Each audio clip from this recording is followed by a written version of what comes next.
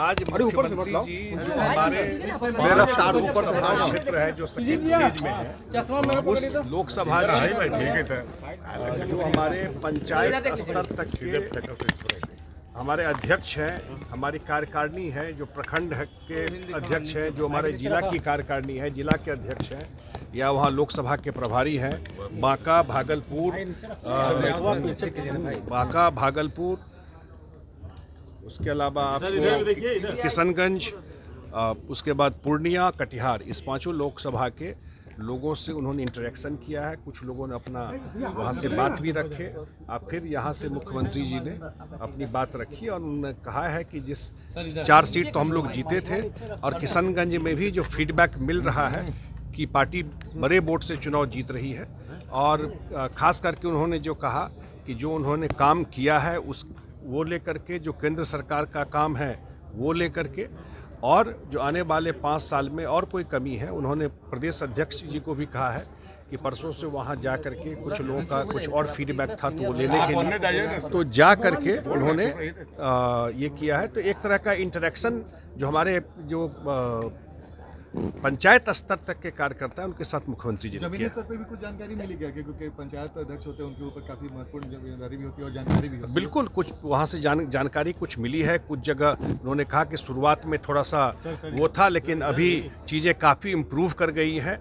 1 sided election हो रहा है और ये फीडबैक ऑलमोस्ट सारे जगह से ये फीडबैक आ रहा था। मंत्री ने परिवारवाद का जिक्र किया तो तेजस्वी यादव ने जो है पलटवार किया है और कई एनडीए नेताओं का जिक्र करते हुए, फोटो डालते हुए कहा यही परिवारवाद है एनडीए के अंदर। देखिए, परिवारवाद मुख्यमंत्री जी के लिए हमेशा एक मुद्दा रहा है और मुख्यमंत्री जी लगातार बोलते रहे। आज भी उन्होंने जो अपने संवाद में ये कहा है कि उन्होंने कभी अपने परिवार को आगे राजनीति में नहीं बढ़ाया। शायद कोई नाम भी नहीं जानता होगा कि उनके परिवार में जो राजनीति में आसपास भी उनके नहीं रहा।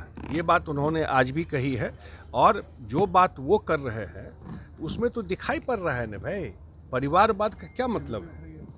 हो सकता है एक परिवार का आदमी का दूसरा कोई आदमी आ करके टिकट ले ले, लेकिन एक परिवार ऐसा जो खुद ही टिकट डिसाइड करता हो, खुद ही टिकट बांटता हो, खुद ही पूरा पार्टी चलाता हो, पूरा मालिक पार्टी का वही हो, वो उस बैकग्राउंड में बात कर रहे थे कि जितने लोगों को टिकट दिया गया है आरजेडी में, जो लोग टिकट लेके गए हैं या जो लोग राजनीति में हैं, तो परिवार के बाद ही जब 4, 5, 6 फोटो लग जाता है उसी के बाद किसी का नंबर आता है।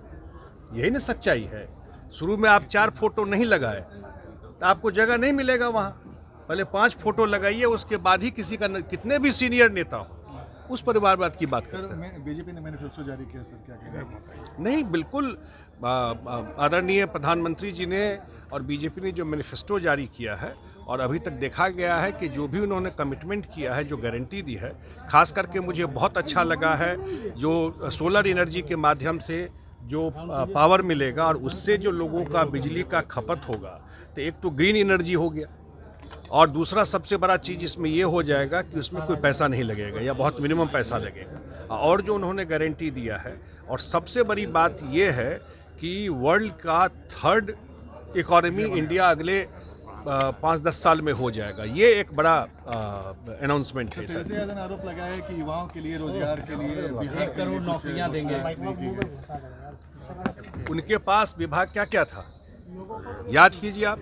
उनके पास विभाग था स्वास्थ्य, उनके पास विभाग था पीडब्ल्यूडी, उनके पास विभाग था रूरल रोड, उनके पास विभाग था पर्यटन, और भी विभाग होगा।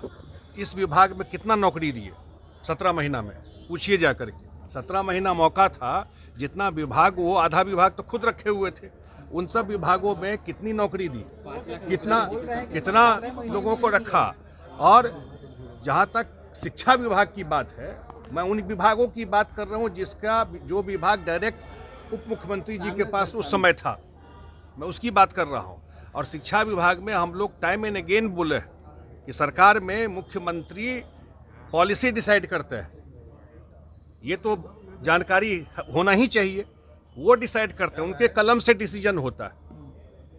तो जब मुख्यमंत्री ने डिसीजन लिया, शिक्षा विभाग में आज से चल रहा है, और तो हमारे पूर्व शिक्षा मंत्री अभी जो मंत्री हैं विजय चौधरी बताए कि जब उनके मंत्री ऑफिस जाना बंद कर दिया शिक्षा विभाग में, उसी समय जा कर के फाइनली बहाली हुई। तो ये तो सामने में है। और जो कमिटमेंट मुख्यमंत्री जी ने दिया हुआ है 10 लाख नौकरी, कुछ व्यवहारिक बात होना चाहिए। हम को पता है कि हम नहीं आ रहे हैं, हम कुछ भी बोल दें, हमको कौन क्वेश्चन करने वाला है, वो बात हो जाती है ना। सर एक दिलचस्प चीज देखी जा रही है सर कि जो इंडिया गठबंधन में कांग्रेस ने अपने अलग मैनिफेस्टो जारी किया, आरजेडी ने अलग, समाजवादी पार्टी ने अलग, लेकिन एनडीए की तरफ से सिर्फ बीजेपी का मैनिफेस्टो आया है। इसको कैसे देखते हैं? हाँ, बिल्कुल सही है। और लार्जली ये चुनाव लोकसभा का चुनाव है।